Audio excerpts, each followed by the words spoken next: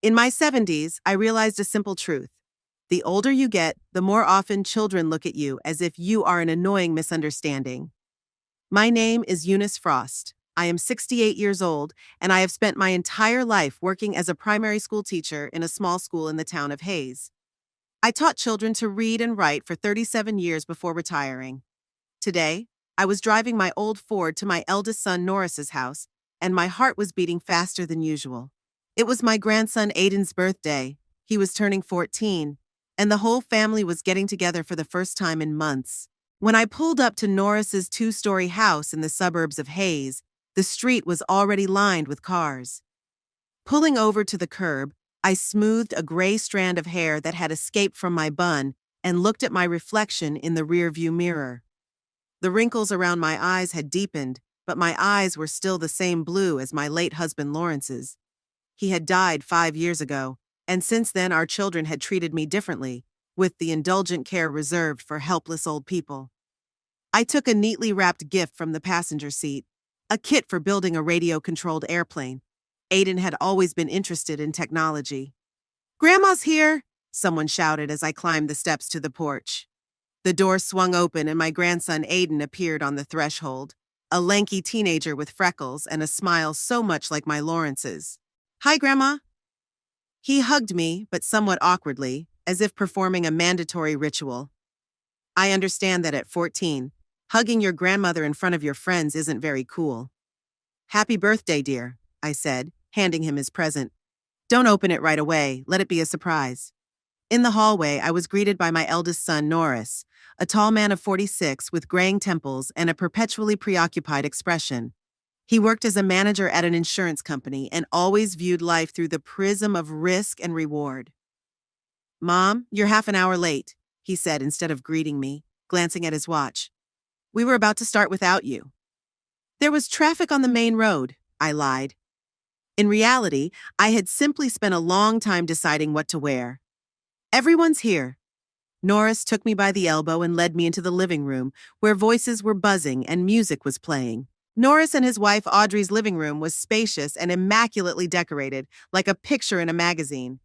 Everything here screamed status and success: leather sofas, crystal vases, paintings in expensive frames. Audrey was an interior designer and used her own home as a showpiece for her clients. "Mom!" My middle daughter Merle, a 42-year-old woman with fiery red hair and a bohemian look, ran up to me. She hugged me, enveloping me in a cloud of floral perfume. "How are you? You look tired." Merle had always been the most emotional of my children. After 2 divorces, she finally found herself in creating ceramic pieces, which she sold online. Her financial situation was as unstable as her mood. "I'm fine, dear," I smiled. "Just a little tired from the road." "You need to get more rest." Merle shook her head. "And by the way, that dress? Maybe you should have worn something brighter? I have a few things that would look good on you."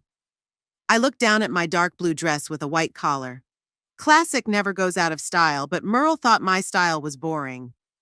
In the other corner of the room, I noticed my younger son, Quincy, with his wife, Shannon. Quincy, a 39-year-old bank clerk, was the quietest of my children.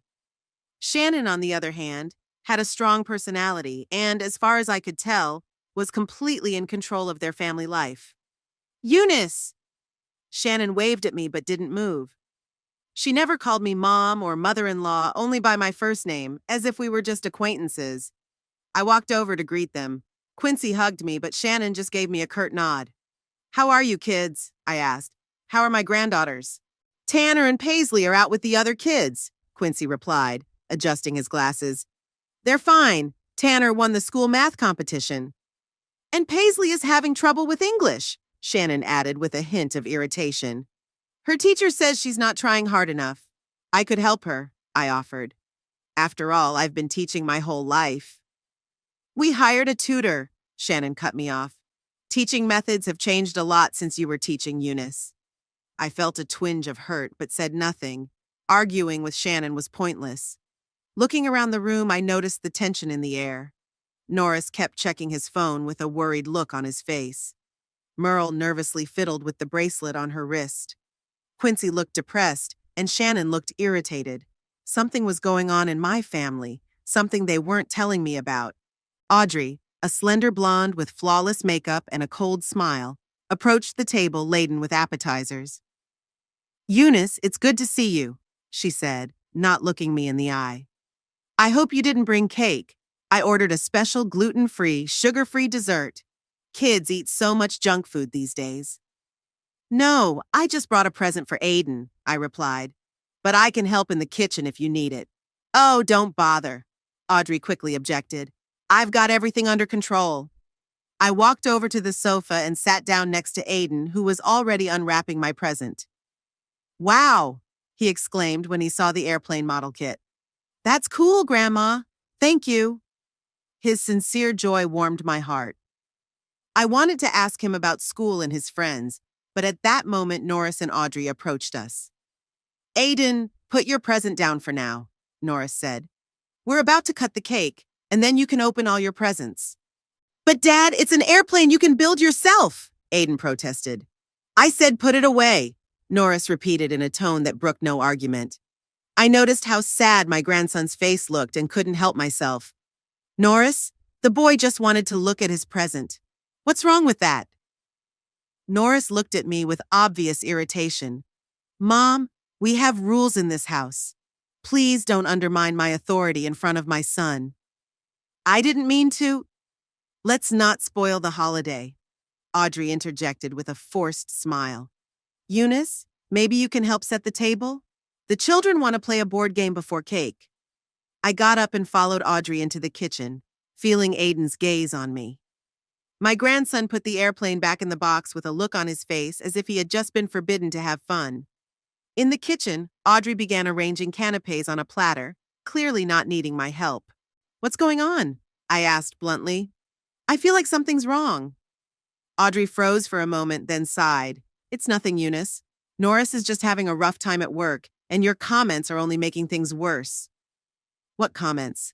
I just wanted Aiden to enjoy his present. It's not just that, Audrey lowered her voice. Every time you come over, you try to teach us how to raise our children. It's annoying.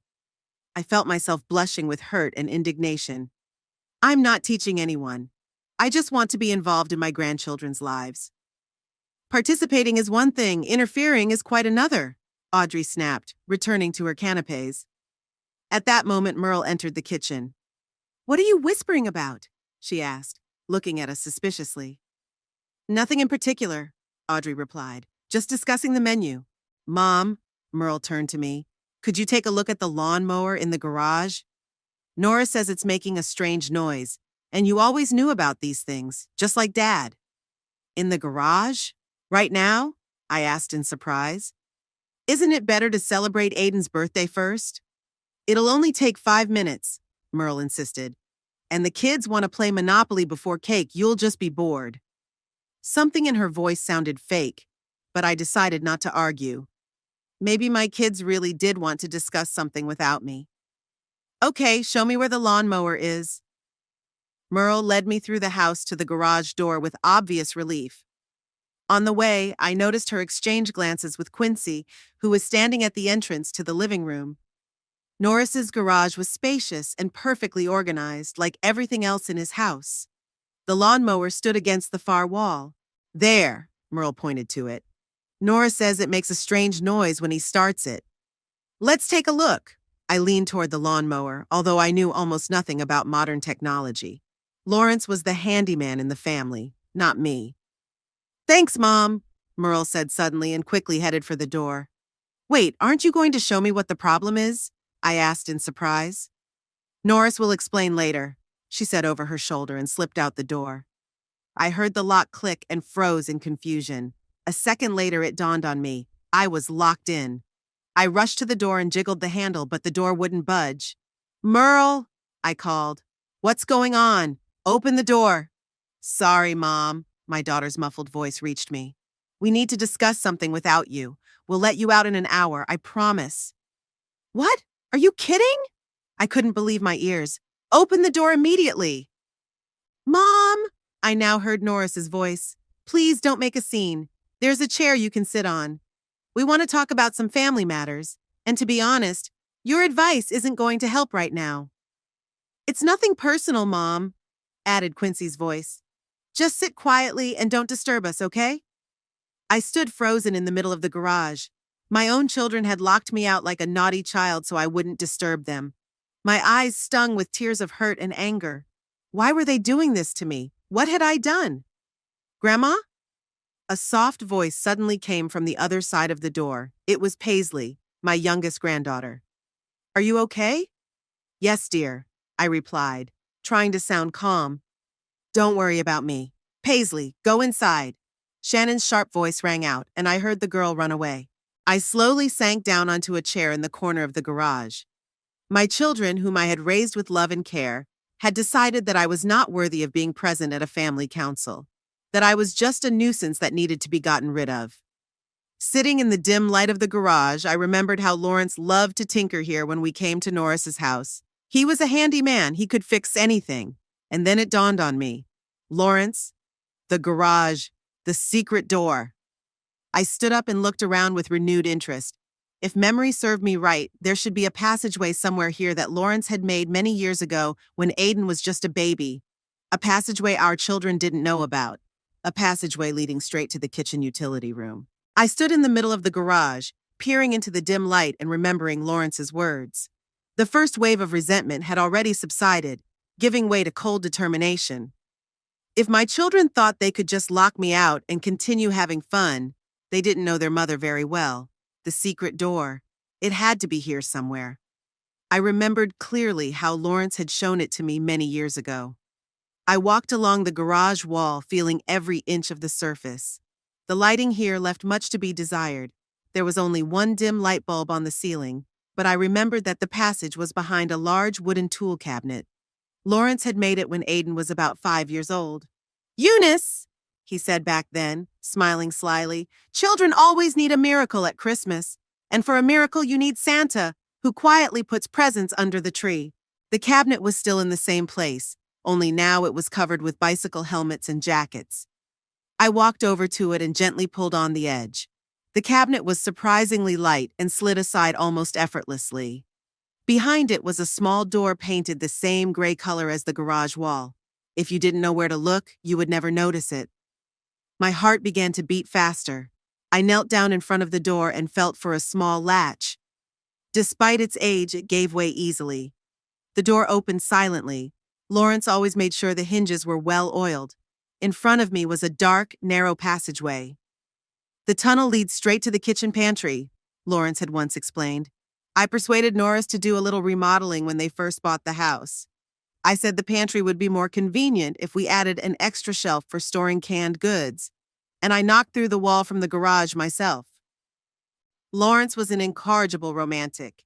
He loved creating Christmas magic for his grandchildren.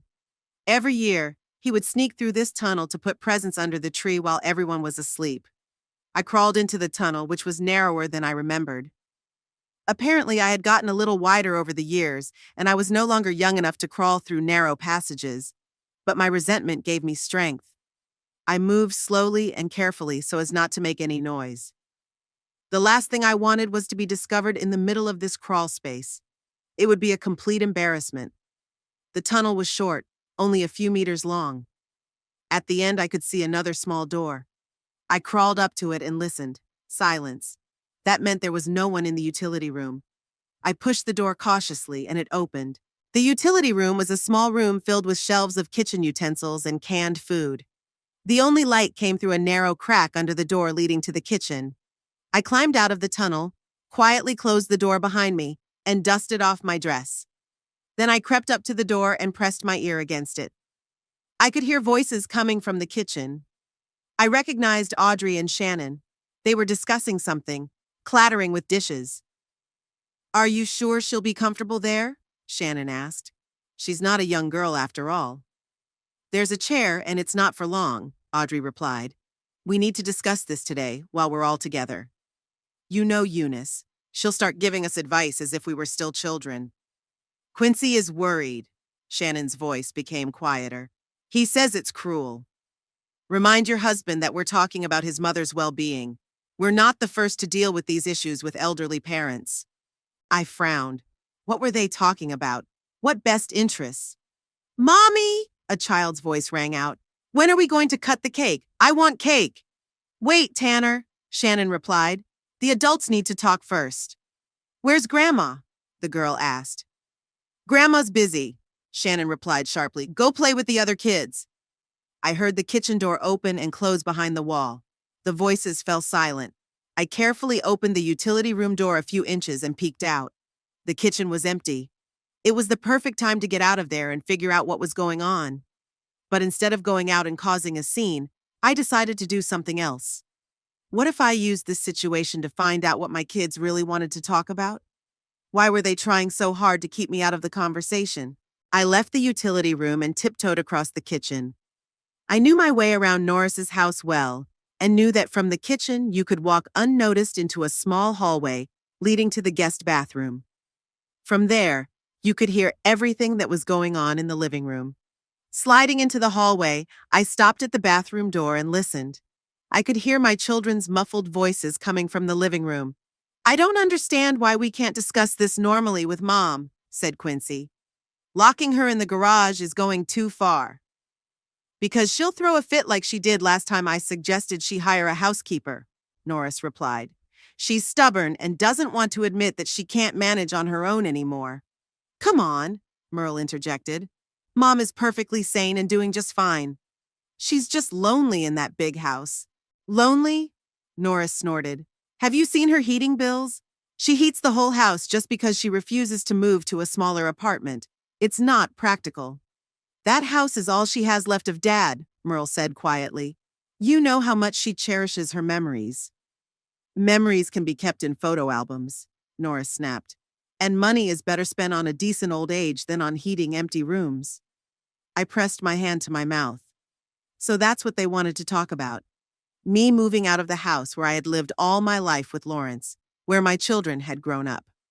Out of a house where every corner held memories of our family. I found a great retirement home, Shannon chimed in. Sunny Hills. They have medical staff, organize activities, and serve 3 meals a day. And most importantly, she'll be among people her own age, not alone in that huge house. A retirement home? Merle repeated. Are you crazy? Mom would never agree to that. That's why we're discussing it without her, Norris sighed. We need to decide everything between ourselves first and then present her with a fait accompli. Otherwise, she'll resist, just like she did last time with the car. I remembered our last big fight. 6 months ago, Norris tried to convince me to sell my old Ford and stop driving. We had a big argument then. I said some harsh things to him and didn't answer his calls for 2 weeks. In the end, I kept the car, but Norris was still hurt. Have you thought about just visiting her more often? Asked Quincy. Come over once a week, help around the house, invite her over. I have a job, 2 kids, and a bunch of responsibilities, Norris replied. I can't drive across town every week. And selling her house has nothing to do with the fact that it's in an area where real estate is being snapped up for a new shopping center? Merle asked suddenly. The room fell silent. What does that have to do with anything? Norris asked coldly. You know exactly what I mean, Merle insisted. Your insurance company is financing this project. You yourself told us last Christmas how much money it would make for the investors. I just want our mother to live in comfort and safety, Norris said firmly. And you, as always, are looking for a catch where there isn't one. Enough, Audrey intervened. You're arguing like children again. We need to resolve this calmly and rationally. Let's ask the children, Shannon suggested suddenly. Aiden, Tanner, Paisley, come here. I heard the sound of children's feet running. Kids, Shannon said in a honeyed voice. Do you think Grandma Eunice would be happier living in a beautiful home with lots of other grandmas and grandpas, where there are doctors and interesting activities? Can we visit her? Aiden asked. Of course, Norris assured him. Even more often than now because this house will be in the city not far away. Then maybe she'll be happier, Aiden said uncertainly. But I like Grandma's house, Paisley said quietly. It smells like cookies and old books. You can bake cookies anywhere, Shannon snapped, and books just collect dust. Mom, Grandma Eunice loves her house, Paisley insisted. She always says that every crack in the wall tells a story. Honey, adults know better what older people need, Shannon said. Now go play. We need to figure this out. I heard the children reluctantly leave. Silence fell again in the living room, then Quincy spoke up. Maybe we shouldn't rush into this? Let's talk to Mom first and find out what she wants. What's she going to say? Norris smiled. I'm doing just fine. Don't meddle in my life. Quincy, be realistic. Mom is getting old. It's hard for her to keep the house and garden in order. The last time I visited, the porch was covered with fallen leaves and the kitchen faucet was dripping. She just won't admit she needs help. Let's offer her help, not a nursing home, objected Quincy. Listen, Norris lowered his voice. There's something else. Last month, Mom forgot to turn off the oven. Mrs. Clegg's neighbor called me and said she smelled gas and went to check. Can you imagine what could have happened? I racked my brain. There had indeed been such an incident. I had put a pie in the oven and been distracted by a call from Merle. Then I forgot about the oven and went out into the garden. But was that a reason to send me to a nursing home? One incident doesn't prove anything, Quincy insisted. It could happen to anyone. What about last Thursday, when she didn't recognize the mailman she's been greeting every day for the last 15 years? Norris continued. Mrs. Clegg said Mom looked at him like he was a stranger. That's not true. I know our mailman Jim very well. He was just being replaced by another guy, a young man with tattoos. How am I supposed to know all the mail carriers in town? Norris is exaggerating, Merle interjected. Mom is perfectly fine for her age. Yes, she's a little absent-minded sometimes, but who among us doesn't forget things? That's not the only thing, Norris sighed. The house needs repairs that will cost a fortune. The roof is leaking, the foundation is cracking. It's easier to sell it now while the price is still good and use the money to provide for Mom's old age. And how much of the sale will we set aside for Aiden's college tuition? Merle asked sarcastically. What do you mean? Norris's voice sounded steely. Just that you're the only one of us who will benefit financially from selling Mom's house, Merle replied. Your insurance company works with developers, doesn't it? Merle, you're going too far, Audrey interjected. Norris just wants what's best for Eunice. No, let him finish, Norris said coldly. You think I'm trying to profit off my own mother? Yes, my company works with developers, but that has nothing to do with Mom and her house. Really? What about the bonus you told Quincy about when you were fishing? Merle persisted. For bringing new properties into the project? Were you eavesdropping on our conversation? Norris asked indignantly. No, Quincy told me, Merle replied. He was shocked by your offer. I glanced at the living room door, trying to imagine what was happening in there. Did Norris really want to sell my house for his own gain? And was he trying to involve the other children in this scam too? I never said I wanted to sell Mom's house for a bonus, Norris said quietly and angrily. I just mentioned that there was an opportunity to help both Mom and myself at the same time. She can't live there alone anyway, and the house is empty most of the time. And how much will you get for this help? Merle asked. 20% of the sale price, Norris replied reluctantly. But that's standard commission for real estate agents, nothing special. Real estate agent? Quincy asked. Are you a real estate agent now? I have a license, Norris defended himself. I got it last year to earn some extra money. And the first thing you decided to do was sell your mother's house? Merle smiled bitterly. What a great start to your career. A heavy silence hung in the living room. I stood pressed against the wall, feeling my hands tremble. Norris, my eldest son, whom I had always trusted, was planning to sell the house where I had lived all my life for some bonus. And he was using my concern as an excuse. That's not true, Norris finally said. I really am worried about Mom. She can't live alone in such a big house. It's dangerous. The money from the sale will help provide her with a comfortable retirement. The fact that I get a commission is just a side effect. A side effect worth 20% of the value of the house, Merle snorted. Very convenient. Do you have any other suggestions? Norris snapped. Maybe you're willing to take Mom into your tiny apartment above the pottery studio? Or maybe you'll pay for a caregiver? Oh, right, I forgot. You can barely make ends meet with your clay pots. Norris! Audrey snapped at him. No, let him finish, Merle said quietly. Go on, brother. Tell her what a failure I am, who can't take care of her mother. Unlike you, a successful manager with a big house and a perfect family. I heard footsteps receding. Someone left the living room. A second later, Merle appeared in the hallway, walking quickly and wiping away tears. I barely had time to hide behind the bathroom door. When Merle's footsteps faded, I cautiously peeked out. The hallway was empty. Muffled voices could still be heard coming from the living room, but it was impossible to make out the words. I had to find another place to eavesdrop. I moved cautiously along the wall, trying not to creak the floorboards. I should be able to hear better from the dining room, which was connected to the living room by an archway. Once in the dining room, I hid behind a large sideboard and listened. Now the voices were clearer. From my hiding place behind the sideboard in the dining room, I could hear the conversation in the living room perfectly. Norris was pacing nervously around the room, his shadow flickering on the wall. "Merle was always too emotional," he said. "I don't understand why she's always trying to make me look like the villain." "Because sometimes you really do act like a villain," Quincy replied quietly. "Seriously, Norris? 20% of the sale of Mom's house? And you say you're doing it for her own good?" "What's the big deal?" Norris defended himself. "The house has to be sold anyway. What difference does it make if I get the commission or someone else does?" "The difference is that it creates a conflict of interest," Quincy explained. "You can't be objective when it comes to selling." Norris sighed heavily and sank into his chair. "Fine, forget about the commission. I'll give it up if it bothers everyone so much. But you have to admit that Mom can't live alone in that house anymore." "Why are you so sure?" Shannon asked. "Eunice seems perfectly capable of taking care of herself."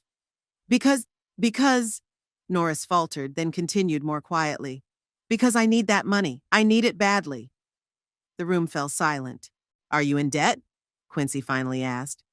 "Worse," Norris lowered his voice so much that I had to strain to hear. "I could lose my job. The company is downsizing and my department is under fire. If I don't bring in a big deal in the next 2 months, I'll be out on the street." I pressed my hand to my mouth to stifle a gasp. Norris, who had always boasted about his successful career, was on the verge of being fired? And he decided to use my house as a lifeline? "Why didn't you say anything before?" asked Quincy. "What was I supposed to say?" "Hi, I'm a loser who's about to lose his job." Norris smiled bitterly. "I tried to solve the problem myself. This project with the new shopping center is my last chance. If I bring in a few large properties, not only will I not get fired, but I'll be promoted to department head." "And you decided to start with your mother's house?" Quincy shook his head. "Seriously? Her house is perfectly located for the project," Norris explained. "Developers have had their eye on it for a long time. And yes, I'll get a nice commission, which will help pay the bills while I look for a new job if things don't work out. But my mom really can't live there alone anymore. This isn't a made-up story." Audrey, who had been silent until then, walked over to her husband and put her hand on his shoulder. "You should have told us," she said gently. "We're family, we could help." "How could you help?" Norris asked bitterly. "Merle owes rent on his workshop and Quincy is barely making his mortgage payments. None of you are in a position to help." I froze.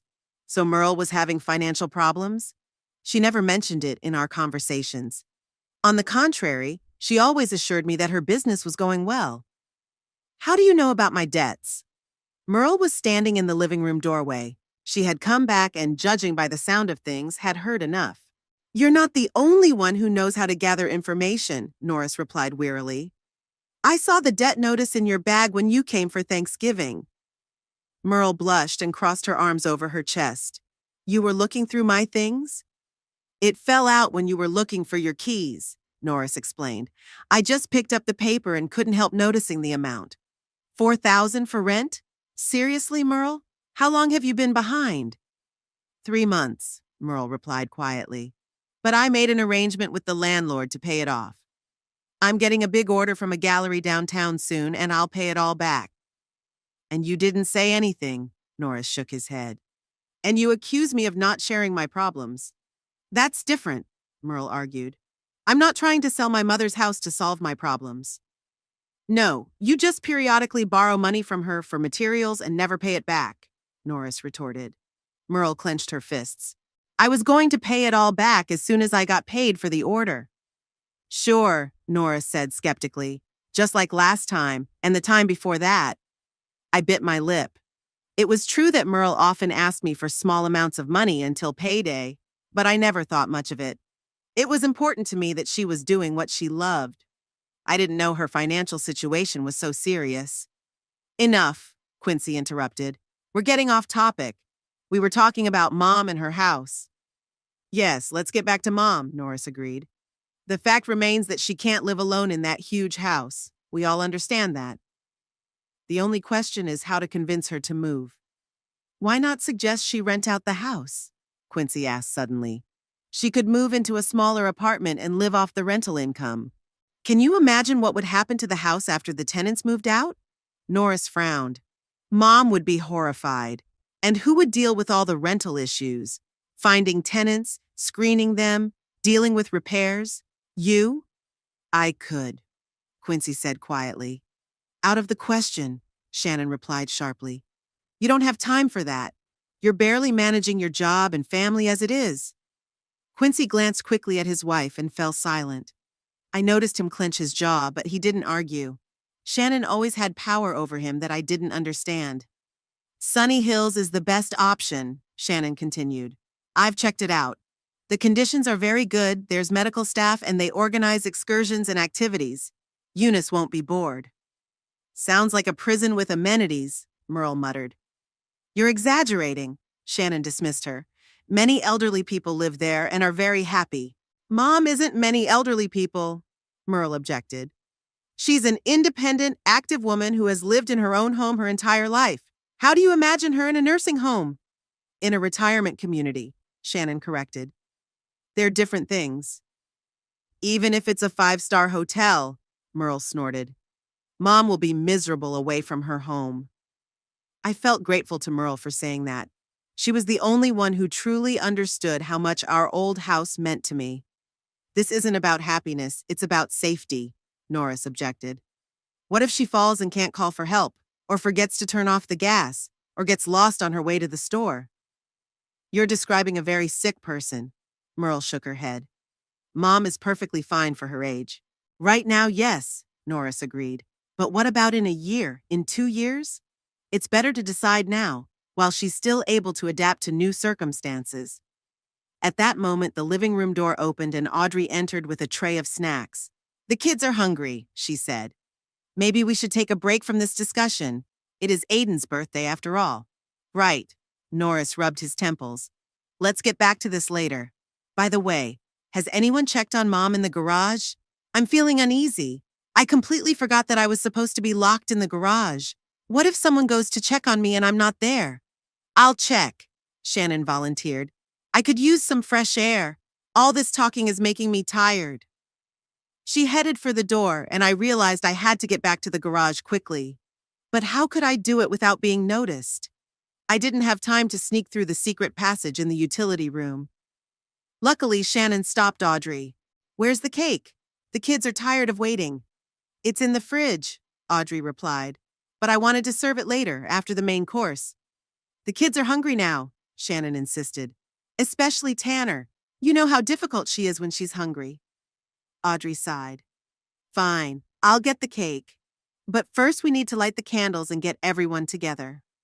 While they were distracted by the conversation about the cake, I seized the moment and quietly slipped out of the dining room into the hallway. Now I needed to find a safe way back to the garage, or at least a place to hide and think. I moved cautiously down the hallway toward the stairs, leading to the second floor. There were too many people downstairs, too much risk of being seen. It should be quieter upstairs. Climbing the stairs, I found myself in a long hallway with several doors. Norris and Audrey's bedroom, Aiden's nursery, the guest room, the bathroom. I knew this house well, having been here dozens of times. A soft voice came from the half-open door of the nursery. Someone was in there. I crept closer and peeked through the crack. Sitting on the bed was my youngest granddaughter, Paisley, a 12-year-old girl with long dark hair braided into a ponytail. She was writing something in a notebook with a shiny cover, pausing occasionally to look thoughtfully out the window. I knocked quietly on the door. Paisley started and slammed the notebook shut. Grandma? She exclaimed in surprise. Aren't you in the garage? Shh. I put my finger to my lips and slipped into the room, closing the door behind me. I ran away. But don't tell anyone, okay? Paisley's eyes widened, then she giggled. How did you get out? There's a lock on the door. Your grandfather was a handyman, I winked at her. He left me a secret passage. Really? How? Paisley asked excitedly. It's a secret, I said, sitting down next to her on the bed. What are you writing? Paisley blushed and pressed the notebook to her chest. Nothing special, just thoughts. A diary? I guessed. I had a diary when I was your age. I wrote down my secrets and dreams. Paisley nodded hesitantly. Yes, something like that. Mom says it's silly, but I like writing down how I feel. It's not silly, I said seriously. Sometimes our thoughts become clearer when we write them down. Paisley looked at me gratefully and suddenly asked, Grandma, is it true that they want to send you to a nursing home? I sighed, so the children had discussed it in front of their grandchildren. Your Uncle Norris thinks I'd be better off there, I replied cautiously. Do you want to go there? Paisley looked at me with her big gray eyes, so similar to my Lawrence's. No, I replied honestly. I love my house. It's where my memories live. Paisley nodded understandingly. I thought so. Mom says it's better for old people to live with other old people, but I don't understand why. If I were sent to live with other children, I would die of homesickness. I smiled at her directness. Sometimes adults make decisions thinking they know what's best for others. Like my mom decides everything for me, Paisley sighed. What books to read, who to be friends with, what subjects are important. She even makes me go to ballet even though I hate it. I want to take up photography, but my mom says it's a waste of time. I remembered how Shannon always tried to control not only her children's lives, but also her husband's. Quincy rarely argued with her, preferring peace in the family to open conflict. Have you talked to your dad about this? I asked. Paisley shook her head. Dad always agrees with Mom. He says she knows what's best for my future. How familiar that sounded. Quincy, my youngest son, had always been the most compliant of my children. As a child, it seemed like a charming trait, but as an adult, it had become a problem. You know, sometimes you have to stand up for what's really important to you, I said, even if it means disagreeing with the people you love. Paisley looked thoughtfully at her diary, then suddenly handed it to me. Want to read it? Just don't tell Mom. She doesn't let me show my diary to anyone. I was touched by her gesture of trust. Are you sure? Yes, Paisley nodded. I think you'll understand. I carefully took the notebook with its shiny cover and opened it. Paisley's neat handwriting filled the pages, and between the entries were photos, apparently taken on a phone and printed on a small printer. Today my mom yelled at me again for my math grade. She said I'll never get into a good college if I'm so lazy. I'm not lazy, I just don't understand these equations. And when I tried to explain, she said I was making excuses. Why don't adults ever listen? Dad was sitting there silently, even though he knows I have trouble with math. Sometimes I feel like no one in this family understands me. I turned the page and saw a photo of an old oak tree in our garden. Next to it was a note. I visited Grandma Eunice over the weekend. We baked apple pie and walked in the garden. She showed me how to take good pictures of nature, to look for unusual angles and notice details. She planted this oak tree with Grandpa when they first bought the house. Now it's so big. Grandma told me that they often had family picnics under it when Dad and Uncle Norris were little. She didn't make me do my homework or tell me that photography was a waste of time. She just listened to me. Why can't Mom be like that? My heart ached.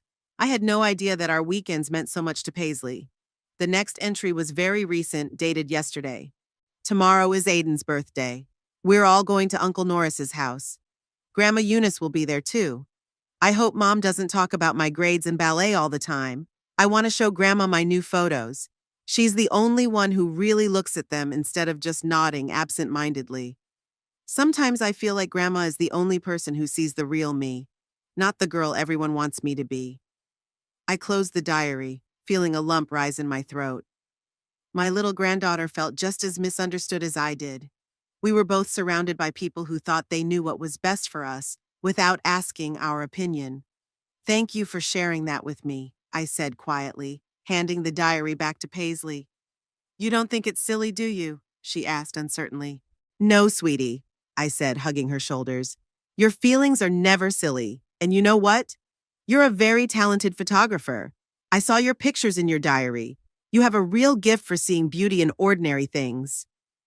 Paisley's face lit up with a smile. Really? I've practiced so much. But Mom says, not everything adults say is true, I interrupted gently. Even parents are wrong sometimes.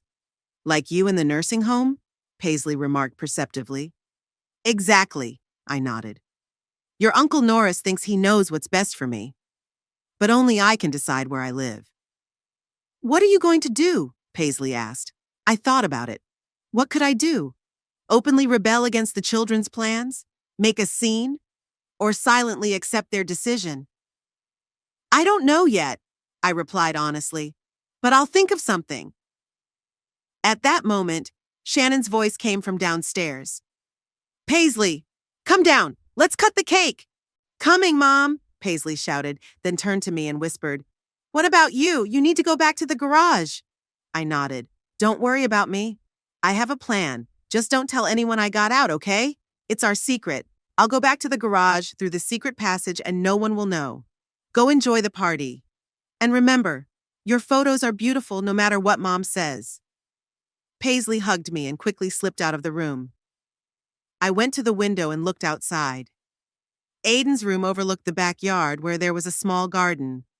Right below the window were thick hydrangea bushes. If I were 20 years younger, I could have climbed down the trellis. But at my age, such stunts were too risky. I had to get back to the garage before anyone noticed I was gone. But how could I do that without attracting attention? And what should I do with the information I had learned? Now I understood what was going on in my family. Norris was on the verge of being fired and saw selling my house as a way to save his career. Merle was deep in debt but too proud to admit it. Quincy let Shannon control him and the children, even when he disagreed with her decisions. And Paisley, my sweet Paisley, feels like a stranger in her own family. All this time, they've been discussing my fate behind my back, deciding how I should live my life without asking my opinion. I felt anger, resentment, disappointment, but most of all, I felt determination. I wouldn't let them treat me like a helpless child. I would prove that I was still capable of making my own decisions.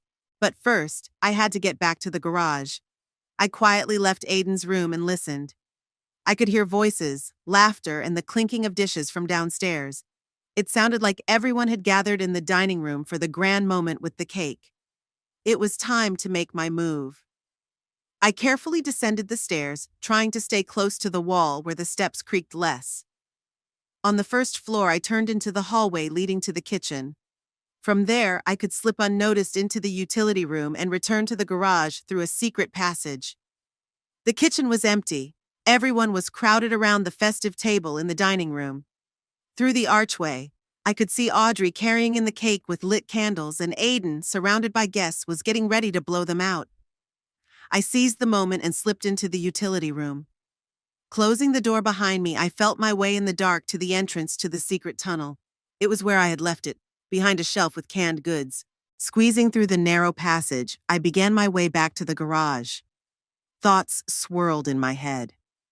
What was I going to do with what I had learned? How could I use this information? One thing I knew for sure. I wouldn't let the kids decide my fate without me. And if they wanted to play games behind my back, then I could play my own game. A game with rules that I would make up. Returning to the garage through the secret passage, I carefully pushed the cupboard back into place and looked around. Everything was exactly as I had left it. The chair in the corner, the dim light bulb on the ceiling, the locked door. If anyone had looked in here while I was away, they would have assumed I had simply moved to the far corner of the garage. I sat down on the chair and took a deep breath, trying to collect my thoughts. What I had learned about my children weighed heavily on my heart. Norris was on the verge of being fired and saw selling my house as his salvation. Merle was mired in debt, which she was hiding from everyone. Quincy lets Shannon make all the decisions, even when it hurts their daughter. And they all consider me a burden to be gotten rid of by sending me to a retirement home. My first impulse was to storm into the house and tell them everything I thought about their plans and secrets. But what good would that do? Another family fight? Resentment that would smolder for months? No, that wouldn't accomplish anything except further alienating them. I needed a different approach. Something that would make them think about their actions without humiliating them. Something subtle enough that they would learn their lesson without feeling caught red-handed. I closed my eyes and imagined how Lawrence would have handled it. My husband always knew how to find wise solutions in difficult situations. "Eunice," he would say, "people rarely change because of criticism, but they often change because of understanding." And then it hit me. I wouldn't expose their secrets and plans. Instead, I would show them that I understood their problems and was willing to help, but on my terms. I would let them know that I couldn't be excluded from important family decisions, especially those concerning my life. A plan began to form in my head. I had to act quickly and carefully. Judging by the sounds of music and laughter coming from the house, the party was in full swing. They were cutting the cake, handing out gifts, having fun, and completely forgetting about me, locked in the garage. It was the perfect time to act. I pushed the cabinet aside again and slipped into the secret tunnel. This time I moved more confidently, knowing every turn. Once I got out into the utility room, I listened.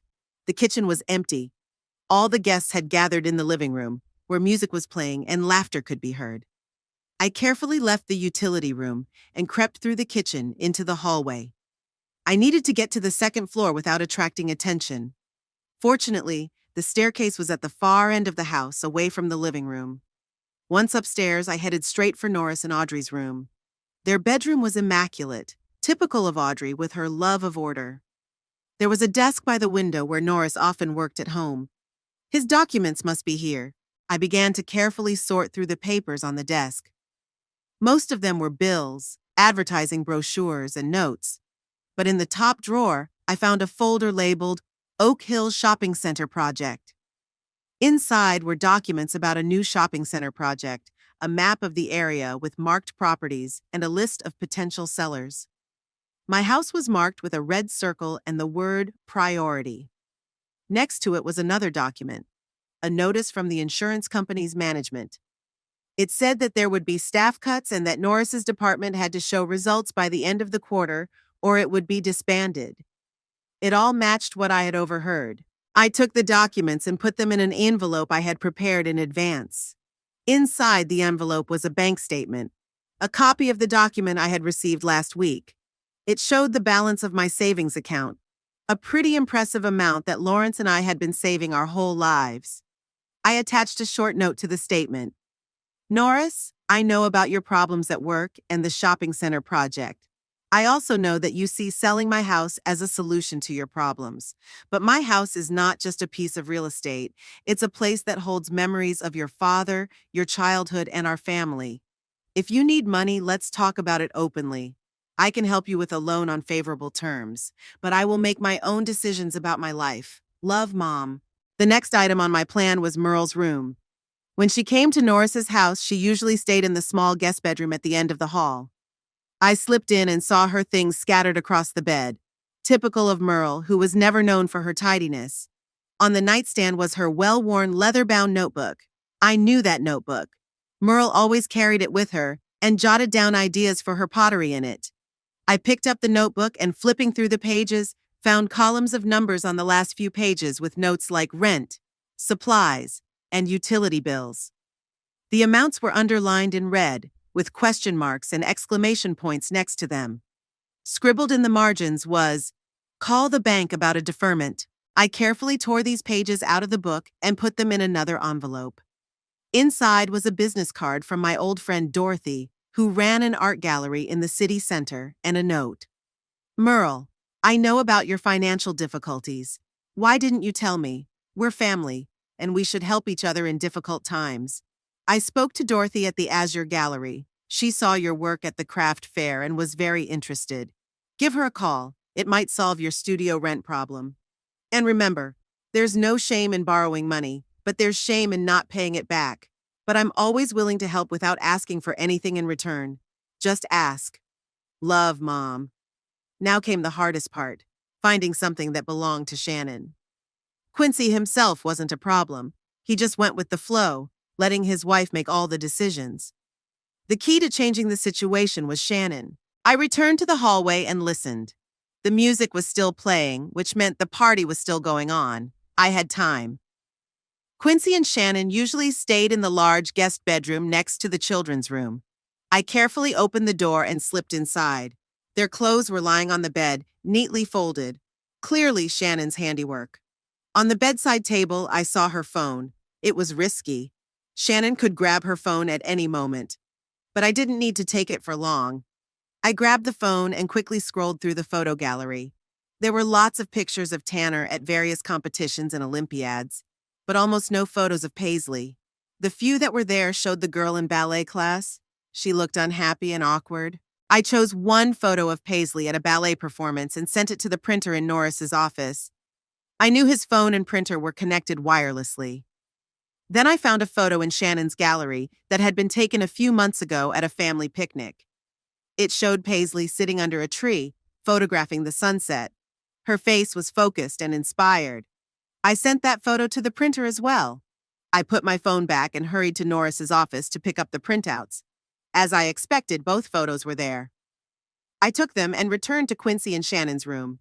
I left the envelope with both photos and a note on Quincy's nightstand. Quincy and Shannon, look at these two photos.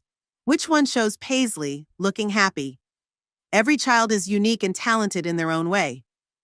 Paisley is a natural photographer with an amazing vision of the world. Why are you forcing her to do ballet, which she hates? Quincy, sometimes you have to find the courage to stand up to those you love when it's for the good of your child. Shannon, loving a child means accepting them for who they are, not trying to make them a copy of yourself. Paisley feels misunderstood and lonely. Talk to her, really talk to her. With love, Grandma Eunice. Now all that was left to do was go back to the garage and wait. I was about to leave when I noticed a stack of glossy brochures on the table by the window. The top one was titled Sunny Hills, A Life Worth Living in Your Golden Years. I picked it up and flipped through it. Beautiful photos of well-kept grounds, bright rooms, smiling elderly people, and prices that took my breath away. Now I understood why Norris was so interested in selling my house. 1 month's stay at Sunny Hills would be enough to deplete my savings in a couple of years. I put the brochure back, but tore out the page with the prices. I planned to use it later. Going downstairs, I heard the music fade and voices coming from the living room. The party seemed to be coming to an end. I had to hurry. I slipped into the kitchen and through the utility room back to the secret passage. Making my way through the narrow tunnel, I climbed out into the garage and pushed the cupboard back into place. Then I sat down on a chair and waited. Less than 5 minutes later, the garage door opened and Shannon appeared in the doorway. Eunice? She called, looking around the dimly lit room. Are you here? I got up from the chair, feigning slight confusion. Of course I'm here. Where else would I be if the door was locked from the outside? Shannon looked slightly embarrassed. We completely forgot about you with all the holiday, she said awkwardly. Norris asked me to tell you he's sorry about the misunderstanding with the door. Misunderstanding? I raised an eyebrow. You mean you didn't deliberately lock me in here to discuss sending me to a nursing home? Shannon paled. What? No, of course not. She faltered, not knowing how to get out of it. Never mind, I waved her off. Where are my grandchildren? I want to wish Aiden a happy birthday. They're in the living room. Shannon backed away, letting me pass. But how did you know about the nursing, the retirement home? The walls are thin, I shrugged, walking past her. And I have excellent hearing. I headed for the house, leaving Shannon standing in the garage doorway with a confused look on her face. The first part of my plan was in place. The children would receive my messages when they returned to their rooms. Now I had to prepare for the second part, the family dinner, where I would finally tell them everything I thought about their plans for me. Entering the house, I went into the living room, where Aiden and the other children were playing video games. My grandson, seeing me, looked up from the screen. Grandma, We thought you had gone home. How could I leave without wishing you a happy birthday? I smiled, hugging him. Did you like my present? Very much, Aiden exclaimed. I've already started putting the airplane together. Do you want to see? Of course, I nodded. Where is it? Upstairs in my room, Aiden pulled me by the hand. Come on, I'll show you. We climbed the stairs to his room. While Aiden enthusiastically showed me the details of the airplane laid out on the table, I glanced furtively down the hallway. At any moment, one of the adults could come into their room and discover my gifts. Grandma, are you listening to me? Aiden noticed my distraction. Of course, dear, I smiled guiltily. I was just thinking about how fast you're growing up. It seems like just yesterday I was teaching you to ride a bike, and now you're 14. Aiden smiled sheepishly. Well, Grandma, you're still the same. Not quite, I winked at him. With age, you either become wiser or grumpier. I try to choose the former. Norris's loud voice came from the hallway. Mom, are you here? Shannon said she let you out of the garage. I'm with Aiden, I shouted back. I'm admiring his new airplane. Norris appeared in the doorway with a forced smile. There you are. We were worried. Really? I raised an eyebrow ironically. I thought you forgot about me locked in the garage. Norris looked embarrassed. Mom, it was a misunderstanding. Merle must have accidentally closed the door. Of course it was an accident, I nodded with an unperturbed expression. And the conversation about the nursing home was also accidental? Norris's face lengthened. Did you hear? Let's discuss it over dinner. I patted his arm. The whole family. Since you've decided that my future is a family matter, let's decide together. Audrey said she made something special for dinner. Yes, but... Norris was clearly not prepared for this turn of events. Great, I smiled, not letting him finish. Aiden, come down when you're done with the plane. Grandma has another surprise for you. I left the room, leaving Norris confused. The plan was working even better than I had expected. Now I had to wait for my messages to be discovered and prepare for the family dinner, where the final scene of my little revenge would unfold. Going downstairs, I walked into the kitchen where Audrey was cooking dinner. How can I help? I asked, rolling up my sleeves. Audrey looked at me in surprise. Eunice, you don't have to. But I want to, I interrupted. After all, family dinner is a great opportunity for all of us to talk about many things. Audrey swallowed nervously and handed me a knife. Then maybe you could cut the salad? I took the knife and began to carefully chop the vegetables, mentally preparing myself for the conversation ahead. Now that the first part of my plan was in motion, all that remained was to wait for the children's reaction and carry out the final part. An open conversation about what I had heard while I was under house arrest. I was overcome by a strange feeling, a mixture of resentment, determination, and, oddly enough, hope. Perhaps this day, which began with humiliation, would be the beginning of a new, more honest relationship in our family. At least I had done everything I could to steer events in that direction. Now all that remained was to wait for my children to go up to their rooms and discover my gifts. And then we would sit down at the table and talk. Really talk, like a family that respects each of its members, including an old retired teacher who is still capable of teaching her adult children a lesson. I finished cutting the vegetables for the salad and handed the bowl to Audrey, who was setting the table. The house grew quieter. The main part of the holiday was over, and the children's excitement over the gifts and cake began to subside. Eunice, could you call everyone to the table? Audrey asked, taking a fragrant lasagna out of the oven. Dinner's ready. I nodded and headed to the living room, where Norris and Quincy were talking quietly in the corner, and Merle was sitting on the couch, leafing through a magazine. The children were playing a board game on the carpet. Dinner's ready, I announced. Audrey made lasagna. I'm coming, Merle replied, putting down her magazine. I'm starving. We're coming, Norris nodded. Let's just finish our conversation first. I noticed a flash of anxiety in his eyes. He was probably afraid that I might reveal what I had heard earlier. Take your time, I smiled. I'll help Audrey set the table. As I returned to the kitchen, I heard Norris quietly say to Quincy, We need to go upstairs before dinner. I want to check some documents. The plan was working. I went back to Audrey and helped her carry the dishes to the dining table. Out of the corner of my eye, I saw Norris climbing the stairs to the second floor. A few minutes later, he came back down, holding my envelope in his hand. His face was pale. "Everything okay, dear?" I asked innocently. "You look worried." I'm fine," he said, hiding the envelope in his pants pocket. "Just looking for something." "I hope you found it," I continued, setting the table, pretending not to notice anything. Merle also went upstairs, saying she needed to check the phone she had left in her room. When she returned, her eyes were slightly red and she was nervously clutching her notebook. Quincy and Shannon were the last to come up. They needed to check if the kids' things were packed. They were gone longer than the others, and when they returned, the atmosphere between them had clearly changed. Shannon looked irritated, and Quincy was unusually pensive and determined. When everyone gathered at the table, I noticed that my children were avoiding looking at each other and at me. Only my grandchildren were still lively. Aiden talked about his plans for the plane, Tanner bragged about his successes at school, and Paisley sat silently next to me, giving me knowing looks.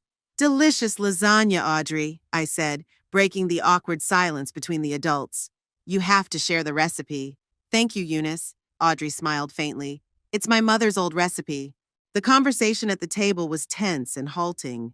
I asked my grandchildren about school, discussed recipes with Audrey, talked about the weather, the usual safe topics.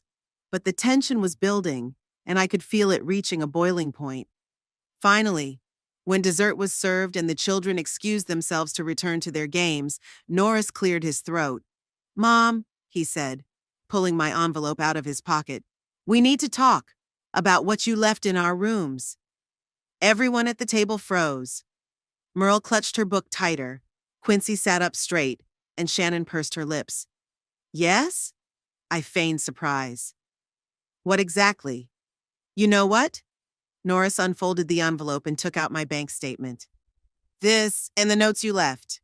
How did you even get out of the garage? Did you really think you could lock up a teacher who's been dealing with inventive children for 37 years? I smiled. "Your father was a jack of all trades." "There are secret passages in this house you don't even know about." "Secret passages?" Shannon asked incredulously. "There's a secret door in the garage that leads to the kitchen pantry," I explained. "Lawrence made it many years ago so he could sneak Christmas presents into the house." "I didn't know about that," Norris muttered. "Of course you didn't," I nodded. "Otherwise it wouldn't be a secret. But it's not about the secret passages. It's about the fact that I heard your conversation while I was locked up. The conversation about sending me to a nursing home." My children looked ashamed. Norris hung his head, Merle began to fiddle with her napkin, and Quincy shifted uncomfortably in his chair. "Mom, we didn't mean to hurt you," Norris finally said. "We thought it would be better for you. You live alone in a big house." "Which I love," I said firmly. "The house where I lived with your father for 42 years. A house where every corner holds memories of our family. And you decided that I'd be better off in Sunny Hills, surrounded by strangers, far away from everything I hold dear?" "We're worried about your safety," Quincy interjected. "What if you fall or get sick? Who will help you?" "There's a phone for that," I shrugged. "And neighbors who drop by almost every day. I'm not a recluse, Quincy. I have friends, activities, a life." "What about the oven?" Norris asked.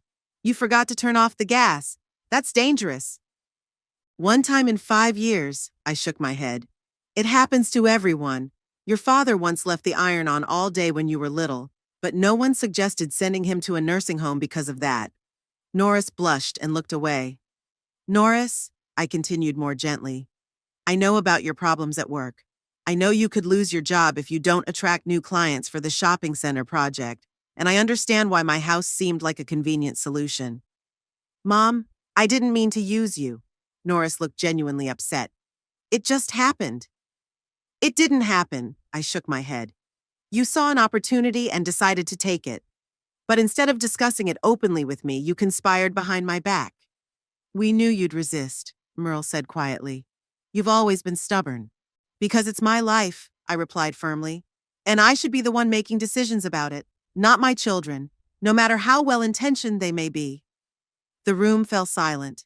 Then Merle sighed and opened her book where my note was lying. You're right about the debts, she admitted.